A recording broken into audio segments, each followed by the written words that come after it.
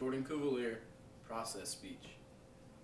Everyone knows that the gas is on the right and the brakes on the left. But what happens when a squeaking or grinding noise occurs?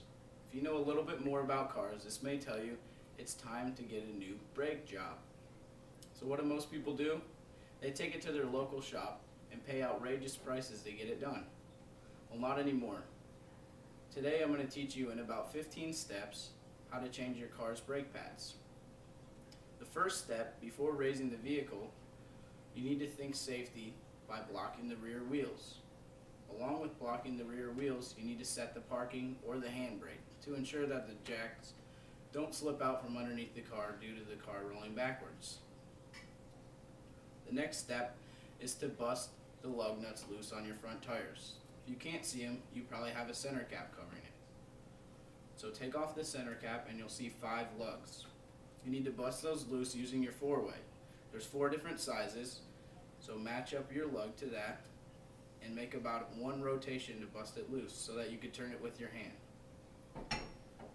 The next step is to raise the car. Everyone has a stock jack in their car. If you don't know where it is, refer to your owner's manual. After getting out your jack and seeing where they tell you to prop it up at, raise your car. Now it's time to set your stands. You set your stands on a durable place. I suggest an I-beam, a subframe, or an engine mount. Next step, after the car is set on the jacks, is to take off the wheel. Take off all the lug nuts and set them in a good place so that you don't lose them. Also face the wheel face up so you don't damage the rim. Next, you'll see your caliper, your mounting bracket, and your rotor. The caliper is the clamp over the rotor, which is your shiny circular thing, and your mounting bracket, which is around the caliper. After you're familiar with this, you'll notice that the caliper is held on by 2 bolts. Locate them and figure out which size socket they are. Loosen those and take them out. Next step is taking off the caliper and the brake pads. You'll notice that the caliper has a piston. It's protrude out about 3 inches, and you need to compress that back in by using your C-clamp.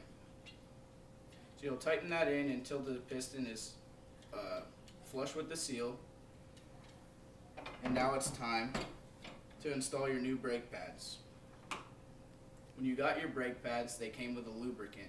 You need to apply that to the back side of the brake pad, which is going to make sure that you don't have any squealing noises coming from your brake pads after you've installed them. Note which brake pads you took off, so now you're going to be putting them back on. There's 2 different pads for each side and a pad for the front and the rear side of the rotor. Put those in the mounting bracket, and now you're ready to reinstall your caliper. Slip your caliper over the new pads and line them up with your mounting bracket holes. Find your 2 bolts, hand tighten them in, and now use your socket and your ratchet and tighten them up.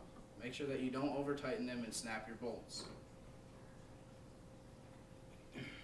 Now you've got your new brake pads installed and your caliper back on.